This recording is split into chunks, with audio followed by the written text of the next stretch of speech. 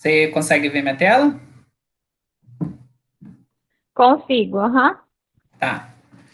Bom, boa tarde a todos. Hoje a gente vai falar sobre um tema que é de grande importância, né? Principalmente para os solos altamente temperizados, que é a matéria orgânica, tá? E qualquer dúvida você tendo, você pode me interromper, tá? Tá bom. Antes de falar sobre matéria orgânica, a gente tem que ter uma visão do nosso planeta como um todo, porque a matéria orgânica, quando a gente fala de matéria orgânica, a gente tem que pensar no carbono. E nisso, quando a gente pensa no carbono, a gente tem que pensar no seu ciclo. Então, a gente tem que pensar em como que o carbono está distribuído nas diferentes atmosfera, litosfera, biosfera, nos diferentes ambientes. Então, a gente sabe que nós vivemos aqui na biosfera, correto? Acaba pegando a hidrosfera, a atmosfera, principalmente a litosfera. Então, a gente tem que ter uma noção de como que o carbono ele consegue ciclar durante todo o nosso planeta, né? Durante, não, como é que ocorre esse ciclo no nosso planeta? Como que o carbono ele consegue passar de diferentes formas e ele consegue atingir o nosso planeta como um todo, né? Indo desde a forma gasosa, ele diluído aqui dissolvido na água, ou ele fazendo parte lá da litosfera. E aí a gente tem aquela impressão, né? Mas como o carbono fazendo parte da litosfera, é só a gente lembrar é, do petróleo, né? Principalmente. O petróleo nada mais é do que matéria orgânica, é carbono, cadeias carbônicas que foram aprisionadas nas rochas. Então, na atmosfera a gente consegue perceber o carbono na forma de dióxido de carbono, no monóxido de carbono. Então, a gente começa a entender como que ocorre essa ciclagem, como que é o ciclo. É de grande importância a gente ter essa visão, tá? Não adianta a gente querer pensar apenas aqui na biosfera ou principalmente no solo, tentar manejar o carbono aqui no solo, se a gente não conhece todo o ciclo do carbono e quais são os espaços que ele vai interagir. A gente não pode esquecer todos esses outros espaços, beleza? Porque a gente entendendo todo esse processo, a gente vai conseguir manejar o carbono de modo que ele fique aprisionado aqui no solo, tá ok? Mas para isso a gente tem que entender toda essa ciclagem do carbono, essa ciclagem da matéria orgânica. Quando a gente pensa em solo, aqui a gente já vai entrar na nossa área, quando a gente pensa em solo, a gente tem lá uma estrutura unitária, essa estrutura unitária ela vai ser ligada, né, vai formar os agregados, formando macroporo, microporo, e aí essa estrutura a gente consegue visualizar as suas partes individuais, como por exemplo aqui um mineral. A gente tem um mineral e esse mineral ele vai ficar ligado a outros minerais, né, as partículas unitárias, formando o que nós chamamos de agregado. Isso a gente chama ela de fase sólida, tá? Mas para que ocorra essa ligação, essa interação entre as partículas unitárias, a gente precisa de um agente, tá? O que nós chamamos de agente cimentante. Esse agente cimentante, ele pode ser os próprios óxidos, óxido de ferro e alumínio, ou então, na maioria das vezes que a gente encontra, principalmente na superfície, nas camadas mais superficiais do solo, a matéria orgânica. Então, a fase sólida, ela vai ser composta pelos minerais e também pela matéria orgânica. E aí a gente já começa a entender a importância, né, uma das importâncias da matéria orgânica para o solo. Por quê? Se eu tenho um maior teor de matéria orgânica, eu vou propiciar uma maior agregação desse solo, tá? Além disso, vale a pena a gente relembrar, quando a gente fala de composição do solo, que essa matéria orgânica aqui, ela, além de ela ser importante para formar esses agregados, o próprio agregado ele vai fazer com que ocorra a proteção dessa matéria orgânica. Porque essa matéria orgânica vai estar dentro do agregado. E dentro do agregado a gente tem poros muito pequenos, os chamados microporos. E dentro desses poros a gente tem uma ausência de oxigênio. Por que, que a gente tem essa ausência de oxigênio? Porque nesses microporos, eles estão preenchidos por água, tá? Então, se tem uma ausência de oxigênio, a gente tem uma maior proteção da matéria orgânica. Por quê? Vai sofrer um baixo ataque de micro-organismos, que são responsáveis pela essa decomposição da matéria orgânica, que são responsáveis pela transformação da matéria orgânica. E dessa maneira vai ocorrer uma diminuição na decomposição, que seria a perda dessa matéria orgânica para a atmosfera. Então, aqui vocês já começaram a perceber a importância da matéria orgânica para os solos. A gente tem uma foto aqui que demonstra muito bem as diferentes proporções de mineral com material orgânico. Né? Nessa primeira situação, a gente tem um solo bem avermelhado, né? Cores não tão escuras, isso é um indicativo do baixo teor de matéria orgânica. Já nesse outro caso aqui, no segundo caso, a gente consegue observar um solo mais escuro, né? Um solo mais preto, um solo mais negro. E por que a gente tem essa coloração mais escura? Porque a gente tem uma maior presença da matéria orgânica. Então, aqui a matéria orgânica ela acaba sendo um indicativo, que para fins de fertilidade, quando a gente observa um solo nessa situação, a gente consegue inferir um nível de fertilidade natural melhor para esse solo, porque vocês já sabem, né, vocês já viram em outras disciplinas, principalmente as disciplinas ligadas à ecologia e as disciplinas ligadas a solo, que quando um solo tem maiores teores de matéria orgânica, esses solos são mais férteis, tá ok? Aqui nós temos 3 exemplos, né, de como que pode ocorrer a presença dessa matéria orgânica. Nesse último aqui, nós temos um perfil do latossolo vermelho, tá? Esse perfil do latossolo vermelho, a gente consegue observar uma coloração bem semelhante a esse primeiro exemplo que eu dei a vocês. A gente consegue observar que tem um baixo teor de matéria orgânica. Nesse segundo caso, a gente consegue observar que tem um maior teor de matéria orgânica, principalmente nos horizontes mais superficiais, correto? Então, aqui no horizonte superficial, a gente consegue observar um teor de matéria orgânica mais elevado. Também é um latossolo, tá? Um latossolo vermelho-amarelo, se eu não me engano. E aqui, nesse primeiro exemplo, nós temos um solo, um perfil de um organossolo, né? Que são solos orgânicos. Então, o teor de matéria orgânica, quando comparado ao latossolo, ele é muito maior, tá? Só lembrando, esse latossolo aqui não é uma coisa muito comum de se encontrar, tá? Esse aqui é um latossolo com horizonte aúmico, então tem um teor de matéria orgânica mais elevado. No entanto, não é tão elevado quanto esse horizonte orgânico presente no organossolo, tá? Nesse caso aqui, nós temos um organossolo fólico, tá? Como eu falei para vocês que tem essas diferentes proporções, dependendo da proporção matéria orgânica mineral, nós poderemos ter horizontes orgânicos, tá? Para que um horizonte seja orgânico, o teor de matéria orgânica presente nesse horizonte deve ser no mínimo de 8%. Então, nesse organossolo, nós temos um teor de matéria orgânica de 8%, e nesse segundo caso aqui, tem um teor de matéria orgânica elevado em relação ao terceiro caso, mas, no entanto, não atingiu os 8%, que é o mínimo para ser considerado como um horizonte orgânico.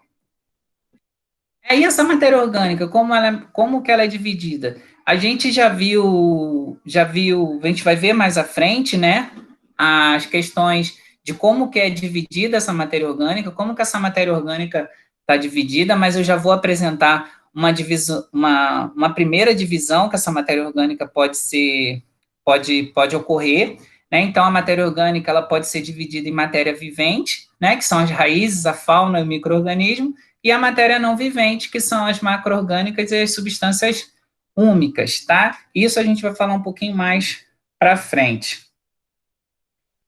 Como eu já falei para vocês sobre composição do solo, nós temos, assim, na composição do solo, um solo considerado ideal, nós temos em torno de 5% de matéria orgânica, né, em relação à porcentagem total desse solo, né, os 100%, 45% minerais, ar e água, na literatura existe uma diferenciação, né, para ar nós temos em torno de 17%, e para água em torno de 33%. Outras literaturas falam de 20% a 30%, ou metade, 25%, 25%. Mas o que é importante vocês entenderem aqui? Que essa matéria orgânica, ela é muito sensível à prática de manejo. Então, dependendo do que nós fizermos no solo, essa matéria orgânica, ela vai sentir, ela é muito sensível a essa prática de manejo. Por exemplo, como que esse manejo pode influenciar a matéria orgânica? Aqui eu tenho dois gráficos. Um gráfico em que a fase inorgânica eu tenho 50%, fase gasosa 40%, fase líquida em torno de 10%.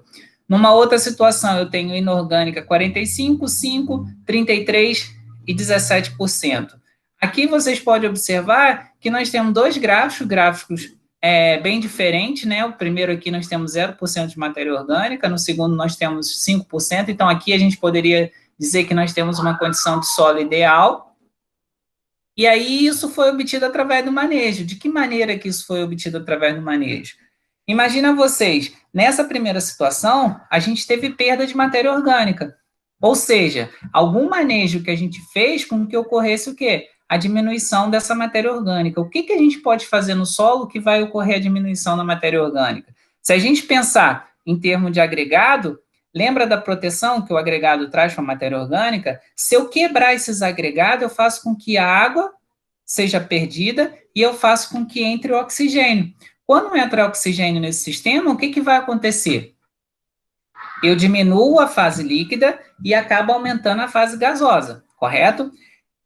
Por que, que eu diminuo a fase líquida? Porque eu quebro os microporos, beleza? Então, se eu quebro os microporos, é o quê? Eu diminuo a microporosidade, eu diminuo aquele espaço que é responsável pelo armazenamento de água.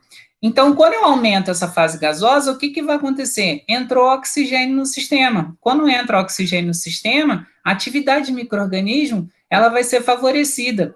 Então, dessa maneira, aquela matéria orgânica que estava protegida dentro do agregado, ela vai ser decomposta por esses micro-organismos. Tá ok? Nesse segundo caso, não. Eu tenho um manejo de solo que vai ocorrer o quê? Vai ocorrer a manutenção dessa matéria orgânica, ficando ali em torno de matéria orgânica. Tá? Eu poderia dizer, então, quais são esses tipos de sistema? Quais seriam os sistemas de uso do solo? Quais são os sistemas utilizados para que ocorra essas duas características da matéria orgânica, uma diminuição e a manutenção dessa matéria orgânica? Eu tenho, por exemplo, aqui um sistema convencional e aqui eu tenho um sistema de plantio direto. Pessoal, vou só autorizar aqui mais gente entrar.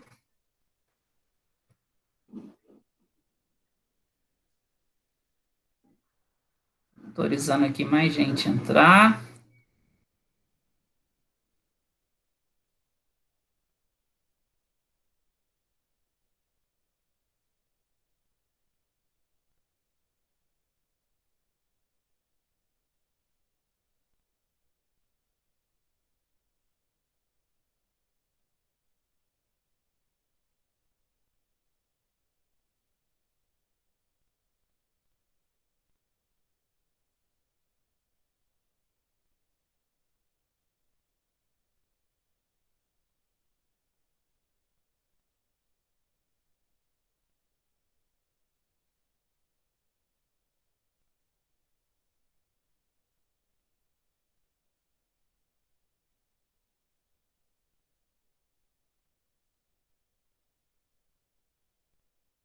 Estão me ouvindo, pessoal? Sim, desculpa aí, eu tive que resolver um probleminha rapidinho, mas já estamos de volta. Então, alguém tem alguma dúvida em relação de como que o sistema vai influenciar nesses teores de matéria orgânica? Posso prosseguir? Alguma pergunta?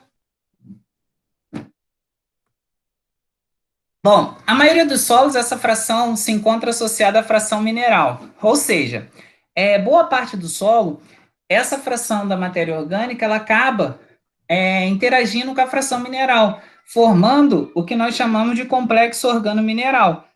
Então, dessa maneira, na formação desse complexo organo-mineral, nós temos o quê? Nós temos uma maneira de ocorrer a fixação desse carbono no solo.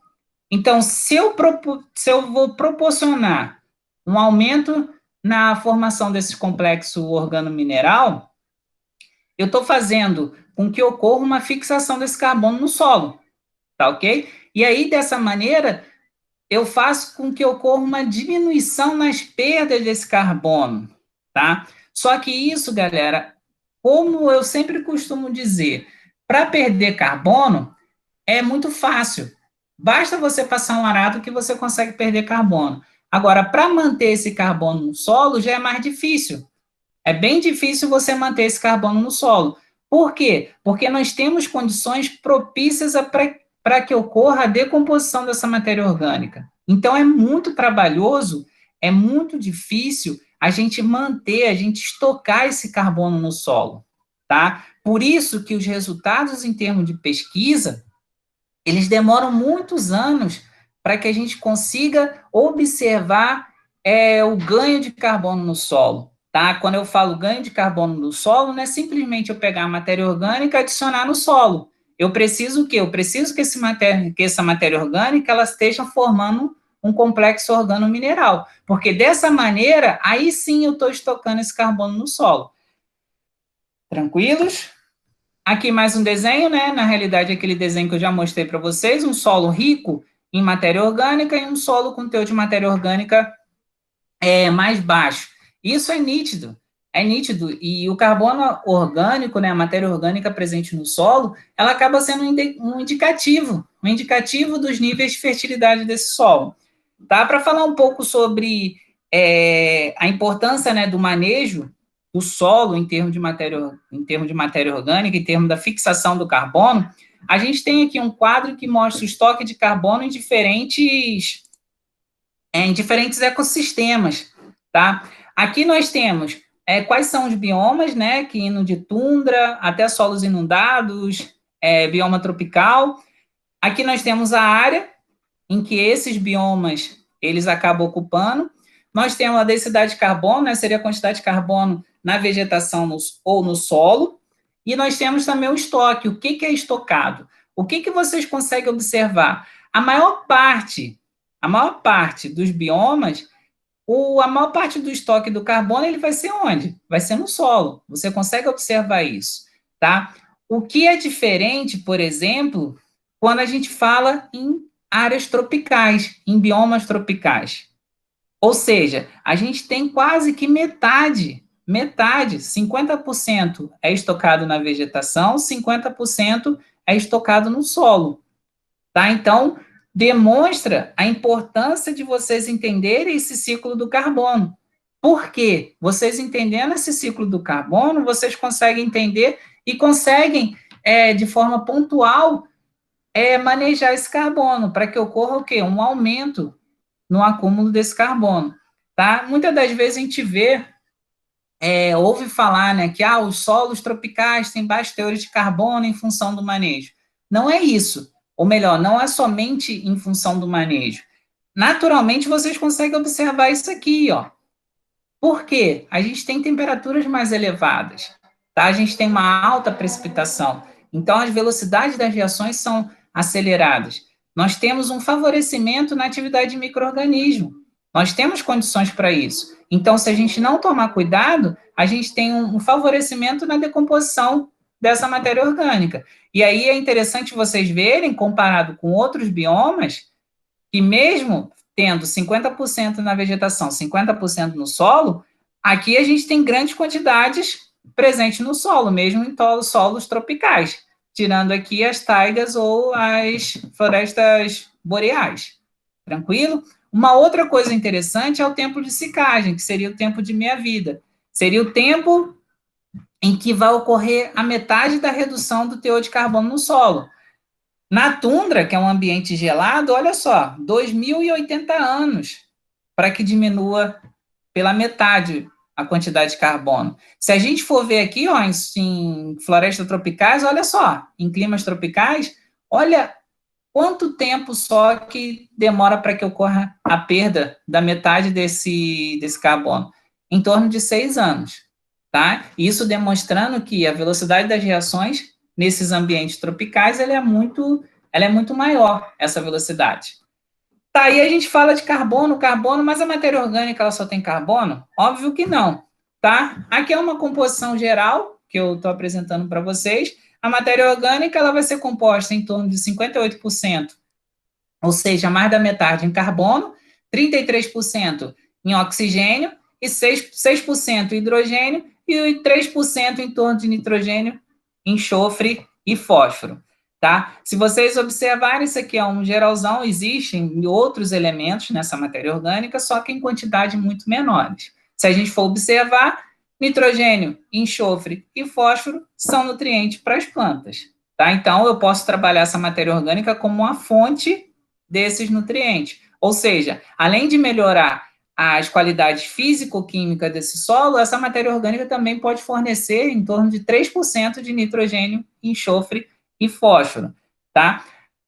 Aí a gente já começa a pensar no termo de adubação orgânica, né? Em alguns casos, é recomendado até essa realização dessa adubação orgânica, então você tem plantas que você vai cultivar nesse ambiente, mas não é essa planta o seu produto principal, tá? Essa planta ela vai servir como o quê? Como uma fonte de nutriente, tá? Ela vai servir como fonte de nutriente. De que maneira? Vocês vão incorporar essas plantas ao solo, vocês vão colher, vão roçar essas plantas, incorporar no solo e com o passar do tempo os micro-organismos vão degradar essa matéria orgânica, vai ocorrer o processo de decomposição da matéria orgânica e uma das reações que vai ocorrer após essa decomposição ou durante essa decomposição da matéria orgânica seria a mineralização, que seria a passagem do nutriente na forma orgânica para a forma mineral, ficando assim disponível para que a planta consiga absorver, que seria a cultura principal. Em uma cultura que isso é bem divulgado, isso é bem realizado, é a cultura da cana-de-açúcar, tá ok? Quando é utilizado a crotalária como uma fonte de adubo verde, principalmente uma fonte de nitrogênio, já que a crotalária faz a fixação biológica de nitrogênio. Eu vou comentar um pouco mais à frente com vocês a respeito dessa adubação verde. Aqui é um geral, tá? Eu não vou ficar explicando para vocês todo o ciclo do carbono, eu acredito que vocês tenham visto isso lá em ecologia, tá? Mas aqui é um geral do ciclo do carbono, isso aqui vocês têm que ter em mente, vocês devem saber isso, porque para que vocês consigam alterar esse ciclo, você tem que saber, vocês deverão saber como que ocorre o ciclo, para saber onde que vocês conseguem manipular, onde que vocês conseguem, através do manejo, aumentar, por exemplo, sei lá, o teor de carbono orgânico presente no solo. Tá? Esse carbono orgânico ele pode estar na atmosfera, o oceano também é uma grande fonte de carbono. Na realidade, os oceanos eles não acabam sendo tanto quanto fonte, né? Mas eles acabam retendo bastante do carbono. Se a gente for observar, boa parte do nosso carbono presente no nosso ambiente, ele está fixado lá nos oceanos. E aí a gente demonstra a preocupação justamente nesse aquecimento, né? Do aquecimento global, que isso vai influenciar, fazendo com que ocorra o quê? Uma saída desse carbono que está presente nos oceanos para a atmosfera. Tá ok? A gente tem os carbonos lá nas rochas, né? Principalmente rochas sedimentares, lá onde tem o acúmulo de petróleo. Mas, voltando para a nossa disciplina, a gente tem o quê? O carbono que está na atmosfera, indo para as plantas, essas plantas colocando esse carbono no solo, esse solo, através da decomposição, voltando para a atmosfera. Nós temos também a queimada desse material vegetal, liberando esse carbono que estava fixado nas plantas para a atmosfera, a vegetação, os animais também. Aqui nós temos um trator, né? Então, como que o manejo vai influenciar nesse ciclo do carbono? É uma questão que eu sempre falo. É interessante a gente entender o ciclo do carbono, a gente tem que saber o ciclo do carbono, que é para a gente não falar besteira, como a gente ouve bastante aí na mídia, principalmente pessoas que não têm o conhecimento técnico. Então, para a gente questionar, para a gente poder falar alguma coisa, a gente tem que ter o conhecimento técnico. E eu garanto para vocês, como profissionais da agronomia, se vocês se interessarem, vocês vão ter bastante conhecimento para poder discutir com qualquer profissional na área de ecologia. Inclusive, até para falar que nós brasileiros aqui, nós, os produtores brasileiros, eles não são tão, como que eu posso dizer, eles não são ruins da forma como geralmente a imprensa fala. Por quê? Os produtores aqui no Brasil, muitos deles, eu diria que hoje, a grande maioria deles, quando vocês passam por essas fazendas, você não vê mais solo exposto. Todos esses solos, eles têm uma cobertura de palha. Pelo menos, se ele não está fazendo plantio direto, com todos os requisitos que precisa para fazer o plantio direto, pelo menos ele não está deixando o solo exposto, ele está mantendo aquela palhada. E aquela palhada, se vocês forem analisar, carbono. Esse carbono, que se essa palhada não fosse conservada, ela iria para a atmosfera. Ou seja, nós temos grandes áreas agricultáveis, e essas grandes áreas agricultáveis, elas estão mantendo carbono ali no solo. Tá? Então, a gente não pode também falar que a maior parte do aquecimento global, que o aquecimento global está sendo influenciado principalmente pelas áreas produtoras, né, pelo campo. Tá? Eu acredito que aqui no Mato Grosso, principalmente, que é onde a gente tem nosso maior contato, a gente consegue observar que muitos dos produtores eles preservam esse carbono no solo, diminuindo com que ocorra diminuindo essa ida do carbono para a atmosfera, tá? E se a gente for ver, muitos, eles possuem até brigadas de incêndio, eles possuem equipes que são especializadas justamente para que não ocorra incêndio. E quando a gente fala incêndio, a gente não está falando de área de floresta, área de mata, a gente está falando de áreas que são agricultáveis. E eu não estou falando da plantação em si, são nesse período em que foi feita a colheita do milho, a palhada fica no campo, e aí o produtor ele fica extremamente preocupado para que não ocorra a queima dessa palhada, tá? Quando a gente fala de agronomia, né, de agricultura, a gente já tem que vir aqui e pensar em fotossíntese, né? A fotossíntese, você tem uma transferência de energia, né? E essa transferência de energia, a gente pode dizer também que é uma transferência de carbono. Você tem o carbono na forma de gás, o CO2, as plantas, através do seu sistema metabólico, através da fotossíntese, acaba fixando esse carbono, libera o oxigênio, e aí, através dessa reação específica da fotossíntese, a gente tem a transformação do CO2, né, o carbono na forma de CO2, por carbono na forma de açúcares, né, como, por exemplo, aqui, a glicose. Né? E essa glicose ela vai servir de energia, vai servir também como matéria para formação das outras estruturas da planta.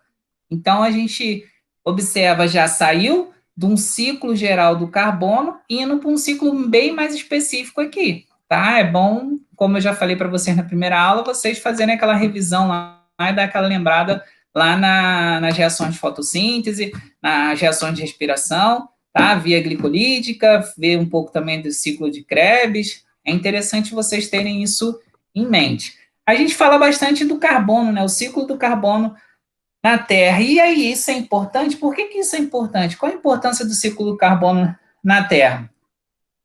Aí a gente vê aqui, bota lá no Google, né? Bota aquecimento global. A gente começa a ver. Alguma notícia. A cerveja pode entrar em extinção graças ao aquecimento global. Isso aqui é importante, né? A gente saber isso. Uma notícia de 31 de agosto de 2019. Aquecimento global causará ondas de calor ainda mais intensa. Isso aqui foi 19 de agosto de 2019. A gente viu, tem umas 2 ou 3 semanas atrás, como que houve uma onda de calor aqui na nossa região. Na realidade, foi no Brasil inteiro, né? Mas a gente sofreu bastante. Aquecimento global deixa a grande barreira de coral em situação, mas estou nem aí, barreira de coral lá naquela região lá da Austrália, não estou nem aí, não vou lá visitar mesmo. Galera, não pensem nisso, lembrem lá dos oceanos, como fixador de carbono, tá? Esse aqui é político, vamos passar para lá. O impacto do aquecimento global na produção de alimento, isso aqui já começa a influenciar na gente. O aquecimento global pode afetar a produção de alimento, os oceanos estão prestes a virar um pesadelo. Então, a gente começa a observar isso tudo, notícias de 2019. Aí a gente vê aqui para aquela que é bem interessante, né? Um trabalho que foi publicado na Nature, que mostra que a cerveja pode entrar em extinção graças ao aquecimento global. Aí a gente começa a ver também algumas pessoas falando que não existe trabalho científico. Uma revista conceituada como a Nature, não existe trabalho científico demonstrando agricultura e aquecimento global. É difícil a gente acreditar nisso, né? E aí a gente vê que a produção, na realidade, aqui, não é a cerveja em si, e sim um dos produtos para a fabricação da cerveja, a cevada. Então, se essa mudança climática trazer uma crise, né, proporcionar uma crise na produção de cevada, a cerveja vai ser produzida com o quê? Vamos tomar cerveja de milho? Não, né, porque ela acaba sendo ruim. Outra coisa, olha só essa reportagem aqui da revista Época. Como o aquecimento global coloca em risco a agricultura familiar. Agricultura familiar, não, perdão, que não deixa de ser, né? Agricultura brasileira. Né? Estudos da Embrapa mostram como as mudanças climáticas ameaçam a produção de arroz, milho e soja. Olha só como isso já está influenciando. E aí a gente já começa a ver, ó, forte chuva na região sul, seca em São Paulo. A gente começa a observar como que essas alterações climáticas elas estão influenciando já diretamente aqui na produtividade, na produção agrícola brasileira, tá? A gente pode falar de arroz, de milho e da soja. Como que isso vem se alterando? Beleza, galera? Aí a gente pega aqui, faz uma pesquisa. Eu fiz essa pesquisa aqui, eu mostrei para vocês aqui, ó, dia 5/10/2020, então bem recente, da agricultura e aquecimento global. Aí eu fiquei curioso e falei, fiz essa pesquisa no dia 5, deu 75.883 resultados, tá? E aí eu pensei, eu falei, nossa, vamos ver aqui, se no dia 20 passaram-se 15 dias. 15 dias depois, vamos ver se já saiu algum artigo falando sobre aquecimento global e agricultura. Já foi para 76.340. Então, 15 dias atrás tinha 75, vamos botar em torno de 1.000 artigos em 10 dias. Então, tem muita gente que fala que não existe nenhum artigo científico relacionado à agricultura, né, de um modo geral, e o aquecimento global. E aí vocês verem, em 10 dias foram produzidos mais de 1.000 artigos, ou aproximadamente 1.000 artigos. E como que essa matéria orgânica está dividida? A matéria orgânica ela pode ser entendida como a fração que compreende todos os organismos vivos e seus restos que se encontram no solo. Ou seja, você pode ter restos, que vai ser considerado matéria orgânica, como também os organismos vivos presentes nesse solo, que também vai ser considerado matéria orgânica, tá? Uma primeira divisão, que seria essa matéria orgânica viva, a gente tem uma subdivisão também de como que essa matéria orgânica viva pode ser feita, tá? Em termos geral, 4% do carbono orgânico total presente no solo, ele se encontra como matéria orgânica viva. Beleza? Essa matéria orgânica viva, ela pode ser dividida em raízes, né, as raízes das plantas, fauna do solo e micro-organismo. As raízes é tida como fonte, fauna do solo é responsável pela quebra, então você tem um material mais grosseiro e aí você vai ter a quebra em menores, né, em tamanhos menores dessa matéria orgânica, né, desse material, e aí os micro-organismos, eles são responsáveis pela transformação dessa matéria orgânica. Tá ok? Então, você tem fonte, quebra e transformação. Vocês começam a observar que, apesar de ter apenas 4% do carbono orgânico total, olha a importância dessa matéria orgânica viva. Olha a importância, tá? Quando a gente fala de micro-organismo, a gente fala de biomassa microbiana. E a gente for observar, em torno de 80% desses organismos vivos presentes no solo, eles são representados pelos micro-organismos.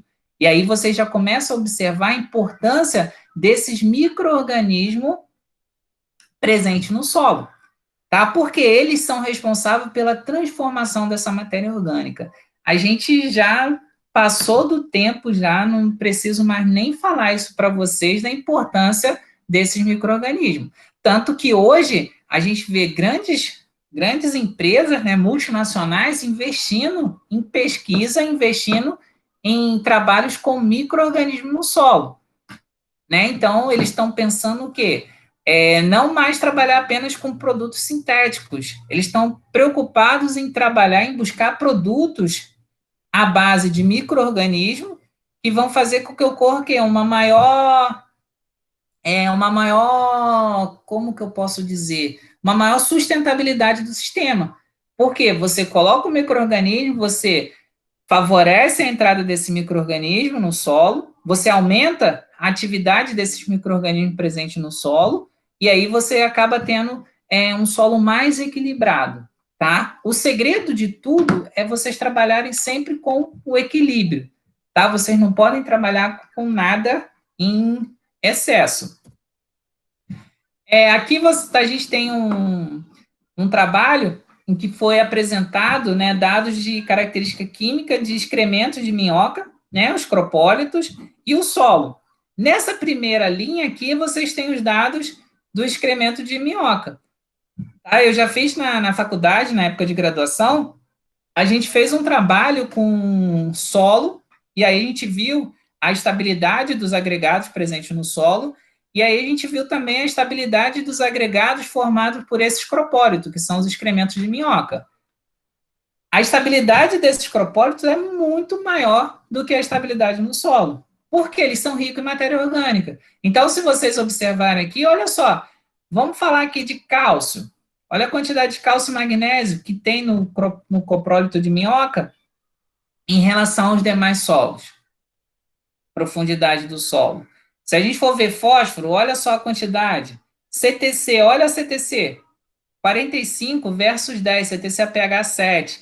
Olha só a quantidade de carbono, 33 contra 11. Ah, professor, mas aqui também tem um aumento de alumínio trocável. Sim, por quê? Porque esse excremento da minhoca, ele é o quê? Extremamente ácido. Você tem um ambiente muito ácido, fazendo com que ocorra o quê? A liberação desse alumínio trocável.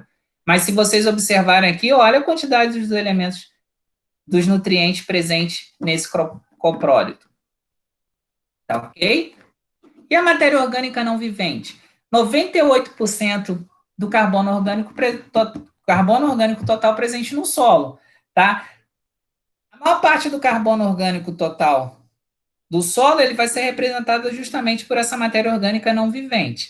Ela vai ser dividida em matéria macroorgânica, que vai em torno de 30 a 20%, que são o quê? São restos vegetais. Então, quando você consegue identificar um pedaço de folha, um pedaço de galho, quando você consegue observar esse material, então você tem esse material classificado como matéria macroorgânica, tá ok?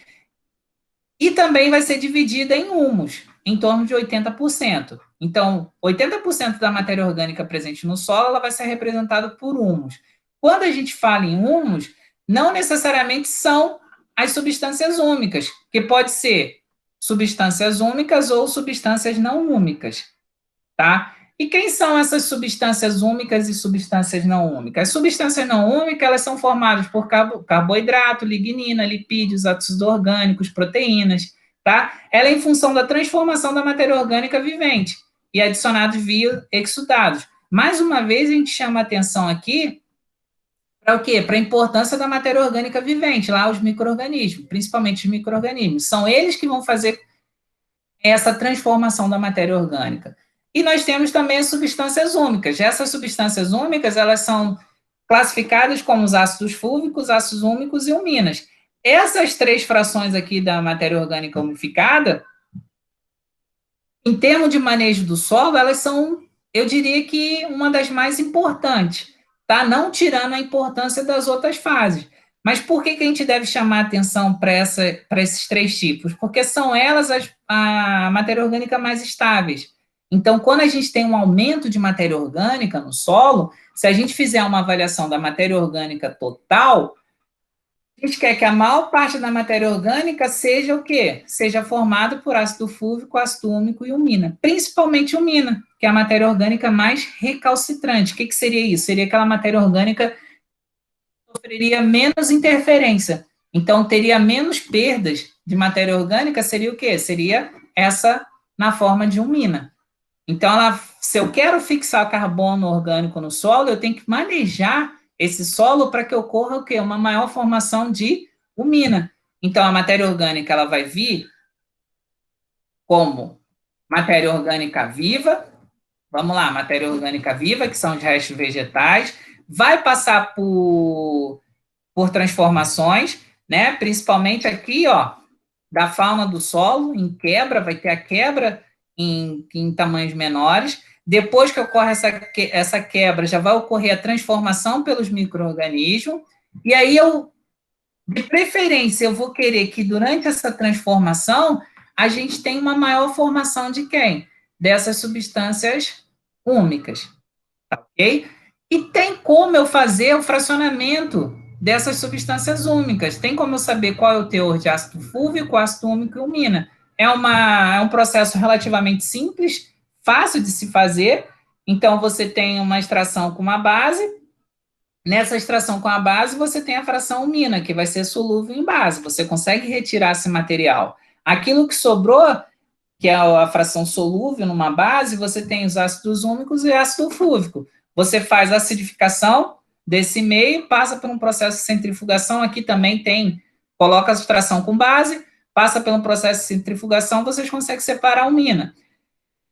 O material que sobrou, você tem ácido fúlvico e ácido úmico, passa por um processo de acidificação. Nesse processo de acidificação, vocês passam por um processo de centrifugação e depois, após o processo de centrifugação, você tem a separação do ácido úmico, que vai ser insolúvel em ácido, e a separação de ácido fúlvico, que será solúvel em ácido. É um processo relativamente bem simples e bem fácil. Ok?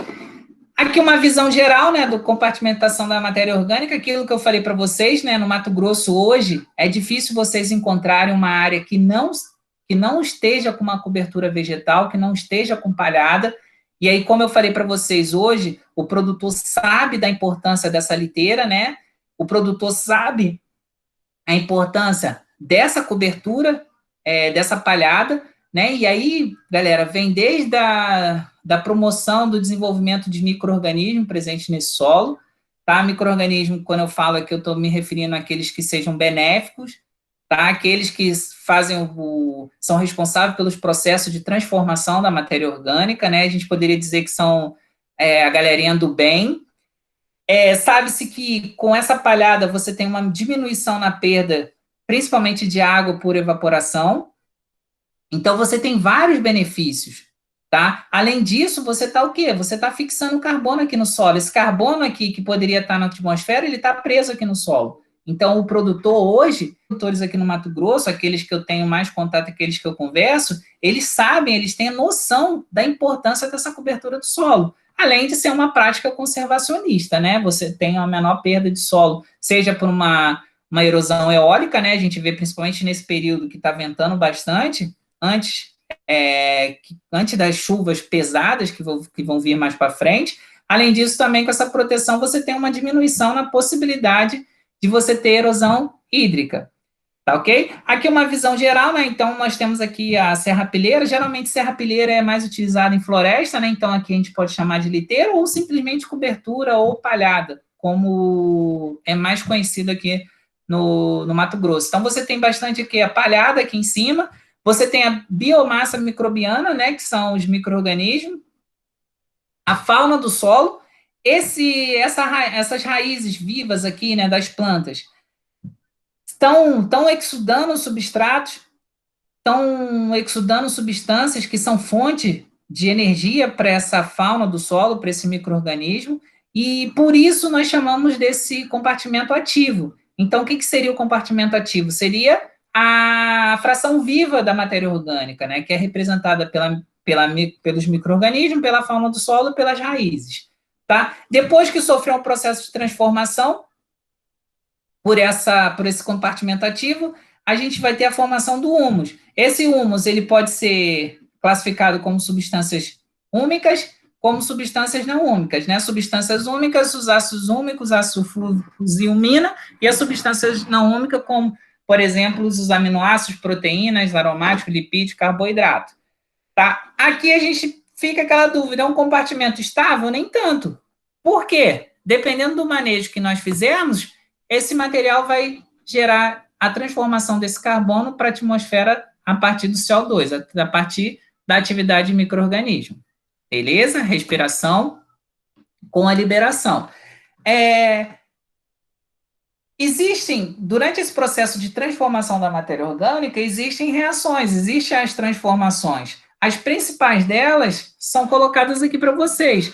Então, nós temos a decomposição, a mineralização, a imobilização, a umificação e a estabilização. Isso tudo aqui vai ocorrendo de forma simultânea.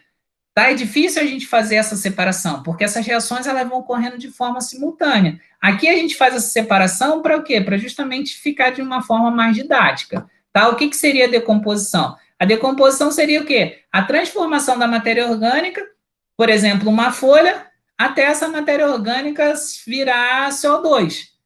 Se essa decomposição for de forma intensa, você vai ter grande parte do carbono transformado em CO2. Então, você tem a transformação dessa substância, se for muito intensa essa decomposição, você tem a perda desse carbono para a atmosfera através do CO2, tá? Existe também a mineralização. O que, que seria a mineralização? É uma etapa em que vai ocorrendo a decomposição, vai ocorrendo a quebra dessas moléculas, dessa matéria orgânica, tá? E os nutrientes presentes na matéria orgânica, eu falei lá no início para vocês, que 3% dessa matéria orgânica é formado por nitrogênio, fósforo e enxofre. Então, você tem esses elementos numa forma orgânica, que não é absorvido pelas plantas, e aí você tem o quê?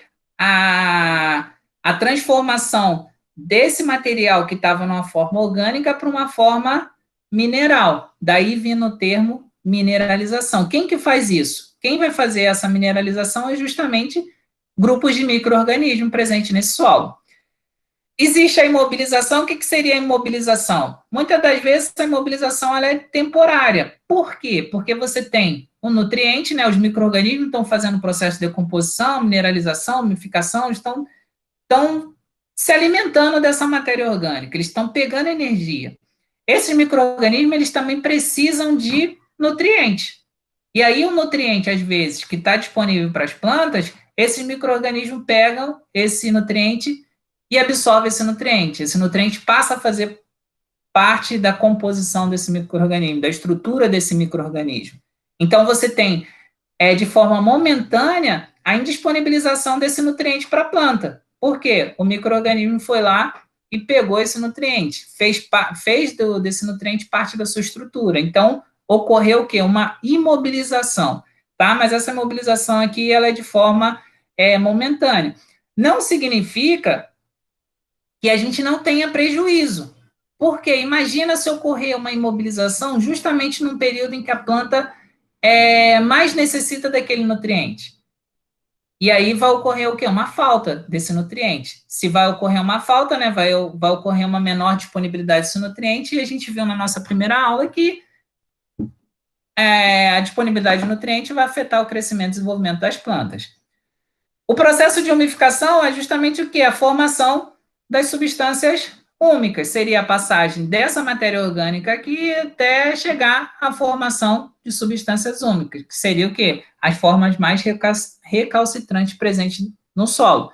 Formas mais recalcitrantes da matéria orgânica que estão presentes no solo, que seria ácido úmico, ácido fúlvico e umina. Quando tem esse processo todo e você tem principalmente a formação da umina, aí você tem o que nós chamamos de estabilização da matéria orgânica, tá? Aqui tem um esquema, né, de mais ou menos de como que ocorre a decomposição dessa matéria orgânica, a decomposição e umificação. Então, você tem um resíduo, esse resíduo, ele vai ser transformado em fração leve, essa fração leve vai ser transformada em ácido fúlvico, ácido úmico, até chegar à forma mais estável da matéria orgânica, que é conhecida hoje, né, presente no solo, seria a umina. Se vocês observarem, vai ocorrendo o quê? Uma redução da relação carbono-nitrogênio. Então, aqui você tem uma alta relação carbono-nitrogênio, até chegar a uma baixa relação carbono-nitrogênio. Isso é importante para quando a gente for pensar em termos de manejo, tá? Se eu quero utilizar a matéria orgânica como cobertura do solo, né? Então, eu quero manter essa palhada, eu quero manter essa cobertura do solo, ou se eu quero utilizar essa matéria orgânica como uma fonte de nitrogênio. Então, essa relação CN, ela é de extrema importância justamente para definir o manejo. Eu quero fazer adubação orgânica, eu vou trabalhar com material com a relação CN mais baixa. Eu quero trabalhar com com a cobertura do solo, eu vou trabalhar com material que tem uma relação CN mais alta. Por quê? Quanto maior a relação CN, menor vai ser a taxa de decomposição desse material pelos micro-organismos. Aqui a gente chega num ponto sobre as rotas de formação de matéria das substâncias úmicas. Eu não vou entrar muito nesse ponto, até porque existe ainda uma grande discussão, né? Existem diferentes teorias, tá? Então, existe a rota 1, rota 2, rota 3, rota 4. Não vou entrar nesse mérito, tá? Mas eu vou mostrar para vocês mais ou menos como que ocorre a rota dessa formação da matéria orgânica. Na rota 1, você tem a partir de biopolímeros, né, ou ligninas, tem a umificação parcial e a modificação, e aí você tem a formação das substâncias úmicas, né, o ácido úmico, o ácido fúlvico. Parte desse material vai como produto de biodegradação, parte dele vai sofrer o processo de mineralização, processo de decomposição, e aí vão entrando em outras rotas, tá? Os polifenóis, os açúcares, que são produtos dessas transformações, até formar compostos nitrogenados, e esses compostos nitrogenados também vão formar ácido fúlvico, ácido úmico, até chegar a umina, tá? Isso aqui em todos os livros de fertilidade, vocês vão encontrar a explicação de todas essas rotas de forma mais detalhada. Como a disciplina de fertilidade do solo, a gente não entra tão detalhado nessa parte de matéria orgânica, tá? Porque é interessante vocês terem uma visão inicial, de forma geral, de como é que essa matéria orgânica, na realidade, vai afetar a fertilidade do solo. Nós temos também aqui, não sei se vocês já ouviram falar na terra preta do Índio, né? Comparado com o solo normal da Amazônia, a terra preta do Índio é uma área em que foi encontrada isso lá na Amazônia, né? E sabe-se que tem resto de atividade de antigas civilizações, né? Então você tem lá traços de cerâmica, e já foi comprovado que aquilo ali foi uma ação humana. Até hoje ainda não tem a certeza de como que foi feito esse manejo por essas civilizações até chegar a esses níveis de matéria orgânica. Então, quando comparado com o solo normal, você tem a ciclagem de nutrientes na camada superficial, ali com serrapilheira, e as camadas mais profundas são pobres em nutrientes, são pobres em matéria orgânica. Quando você faz a avaliação da terra preta do Índio, você vê altíssimos teores de matéria orgânica, inclusive em maiores profundidades, não é apenas na superfície. E aí esse material ele é rico em carbono, principalmente carbono mais estável. Aqui a gente tem uma foto de um solo amazônico, né? E aqui nós temos um solo na Amazônia, mais conhecido como terra preta do Índio. Então vocês conseguem observar os altos teores de carbono, os altos teores de matéria orgânica presentes nesse solo. E aí, com todos os estudos que nós temos, ainda não foi bem especificado, ainda não foi bem detalhado de como que essas civilizações fizeram de manejo, né? Qual foi o manejo que eles fizeram para aumentar e muitos teores de matéria orgânica presente nesse solo, tá? E aqui a gente tem alguns dados, né? Um latossolo normal lá na Amazônia comparado com a terra preta do Índio. Olha o carbono em forma de carvão, em torno do carbono orgânico total, olha, os teores são sempre mais elevados em relação ao latossolo, inclusive em profundidade, você tem maiores teores, e aqui é o carbono em forma de terra fina secal A, os teores, você atingindo aqui, ó, acima, em torno de 12% na superfície de carbono, em relação, por exemplo, a um latossolo que está em torno de 3%. Então, vocês observam que a terra preta do Índio ele tem muito mais matéria orgânica do que os solos normalmente encontrados na Amazônia. E aí já se sabe que isso aqui foi em função de antigas civilizações, tá? Não se sabe ainda como que foi realizado, qual o manejo que foi realizado para que tenha esse aumento, né, esse acúmulo acentuado da matéria orgânica. E as propriedades dos solos influenciadas pela matéria orgânica? Eu já mostrei esse dado para vocês, onde foram feitos um manejo com adubação orgânica e um manejo com adubação mineral, e aí observou que a produção de duas cultivares, né, de mamona, houve uma maior produtividade, né, uma maior produção de grãos naquela em que foi realizada a adubação orgânica. tá? E aqui foi feita a suplementação mineral. Como que a gente pode explicar esses dados? Não é apenas a fonte de nutriente, mas sim outras propriedades físico-químicas que essa matéria orgânica vai influenciar nas propriedades do solo, que vai influenciar, por sua vez, na produção de grão. E assim, o que teria na matéria orgânica? Né? O que teria na matéria orgânica que vai influenciar nessas características físico-químicas? A gente pode observar que na matéria orgânica ela tem o quê? Diferentes grupamentos funcionais, como grupamentos carboxílicos, alcoólicos, cetona, amínico, fenólicos, hidroxiquinona. E aí, galera, a gente sabe que esses grupamentos, eles são fontes de carga. Eles podem interagir com outros elementos. Eles podem sequestrar alguns elementos. Sequestrar não, mas ele pode interagir com alguns elementos indisponibilizando para as plantas, como, por exemplo, o alumínio trocável. Então, você pode ter uma redução de alumínio trocável disponível para as plantas em função da aplicação desse material. Ou até mesmo ele pode trabalhar como para minimizar a perda dos nutrientes presentes nesse solo. Então, ele pode fornecer nutriente, e aquele nutriente que está presente no solo, na solução do solo, vai diminuir a sua perda em função do quê? Em função desses grupamentos funcionais presentes na matéria orgânica. Um exemplo aqui são esses dados em que mostra a CTC, tanto a efetiva quanto a CTC em pH 7, né, os teores de carbono presentes no solo, como que ele vai influenciar na CTC do solo. Então, você consegue observar que tem o quê? Um aumento. Então, eu aumento o teor de carbono, eu aumento a CTC do solo. E isso é em função, principalmente, o quê? Desses grupamentos carboxílicos, esses grupamentos funcionais.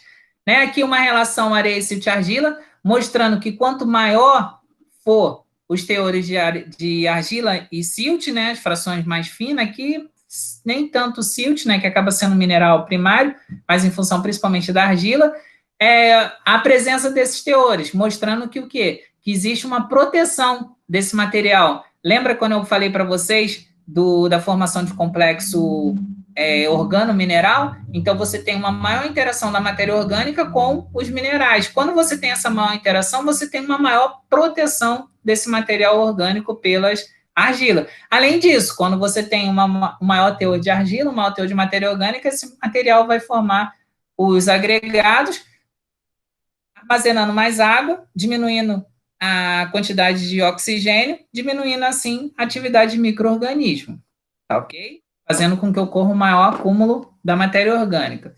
Esse outro dado aqui mostra a quantidade de carga em função de ácido fúlvico e ácido úmico em diferentes pHs. Então, vocês conseguem observar que o aumento do pH, você tem o quê? Um aumento em função da quantidade de carga. Em função do quê? Principalmente em função dos grupamentos funcionais. Esses grupamentos funcionais, eles podem estar carregados positivamente ou negativamente em função do pH do solo, tá? Se a gente tem um pH do solo acima do ponto de carga zero da matéria orgânica, essa matéria orgânica vai estar carregado negativamente. Se o pH do solo estiver abaixo do ponto de carga zero da matéria orgânica, essa matéria orgânica vai ficar carregada de forma positiva. Vale a pena lembrar que o ponto de carga zero da maior parte do material orgânico, ele fica em torno de 3. Ou seja, para que esse material fique carregado positivamente, o pH do solo tem que estar abaixo de 3, tá? Se a gente tem um solo, para as nossas condições normais, um solo ácido, ele está com pH ali em torno de 5, em torno de 6. Ou seja, está acima do ponto de carga zero da matéria orgânica. Ou seja, essa matéria orgânica ela vai estar carregada negativamente. Por isso que, ao falarmos em manejo de matéria orgânica, ao falarmos em adição de matéria orgânica no solo, a gente está adicionando cargas negativas. Por quê? O pH desse solo, por mais ácido que esteja, vai estar sempre acima do ponto de carga zero. Tá ok? Aqui um esquema ilustrativo, né, na dissorção de algumas moléculas presentes no solo, né? Essas moléculas aqui, vale a pena a gente trabalhar vale a pena a gente falar, principalmente moléculas de herbicida, como a interação dessas moléculas de herbicidas, né? Moléculas hidrofóbicas, então ela não tem interação com água, ela vai ter interação com a matéria orgânica, né? E isso pode prejudicar o manejo dessas moléculas de herbicida. Então, isso a gente também tem que ter bastante cuidado, tem que tomar muito cuidado em relação ao manejo de herbicida. Por exemplo, se eu quero fazer um manejo de um herbicida pré-emergente, então você vai aplicar no solo, ali você tem a semente, ainda não tem uma planta, não vai ser aquele de contato, tá? Comparado quando vocês tiverem um herbicida pós-emergente. Então, vocês também têm que se preocupar com as características das moléculas de herbicida, com as características do solo e como que ocorre essa interação.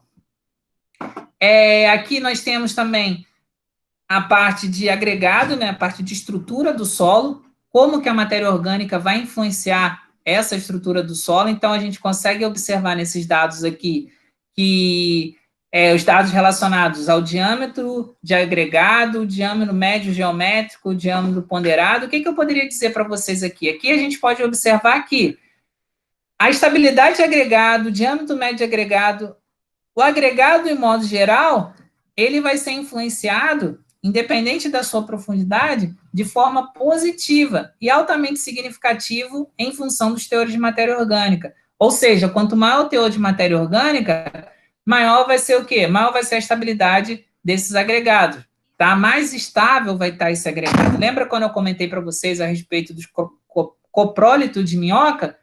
Então, esses excrementos de minhoca, eles apresentam o quê? Uma altíssima estabilidade, em função do quê? Dos altos teores de matéria orgânica, como foi mostrado no quadro há uns 3 ou 4 slides atrás.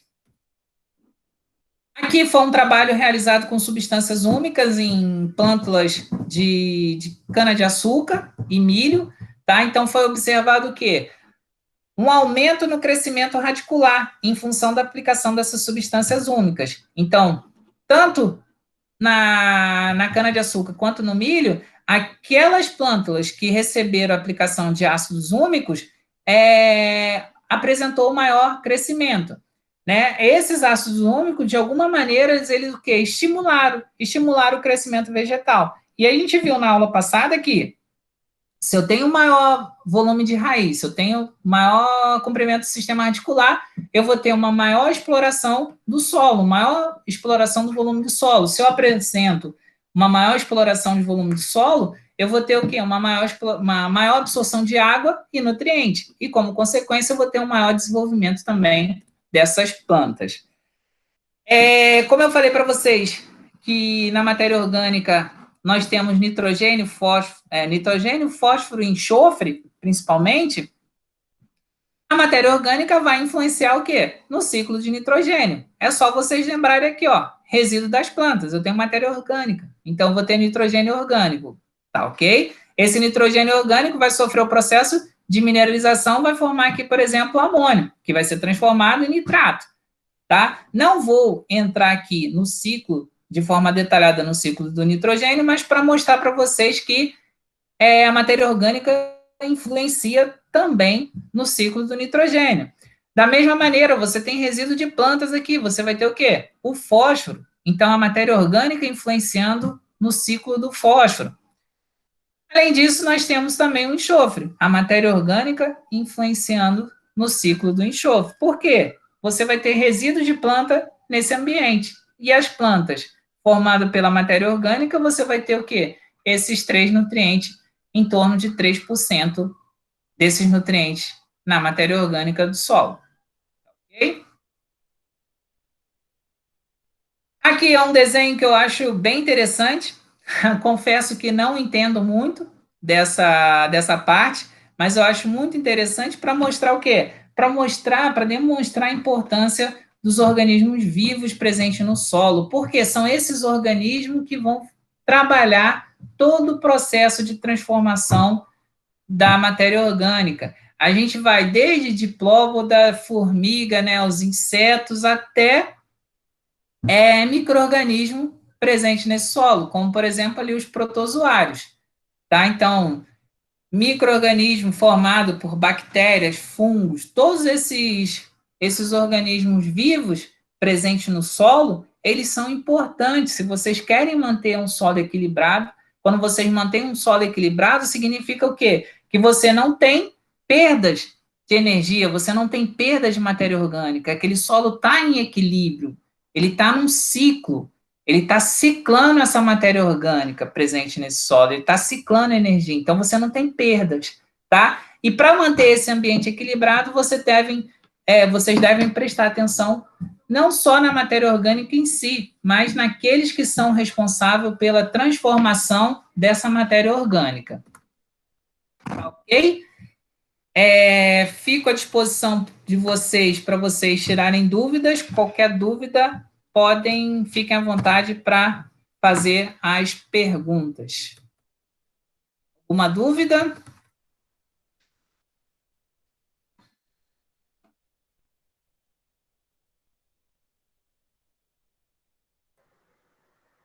Dúvidas, pessoal? Quem quiser, fique à vontade para perguntar. Eu criei um fórum também lá para vocês quiserem, que aqueles que ficarem com vergonha de tirar as dúvidas aqui durante durante essas aulas, né, durante essas lives, se quiserem, pode ficar à vontade que assim que tiver perguntas lá, eu entro no sistema e aí eu respondo para vocês.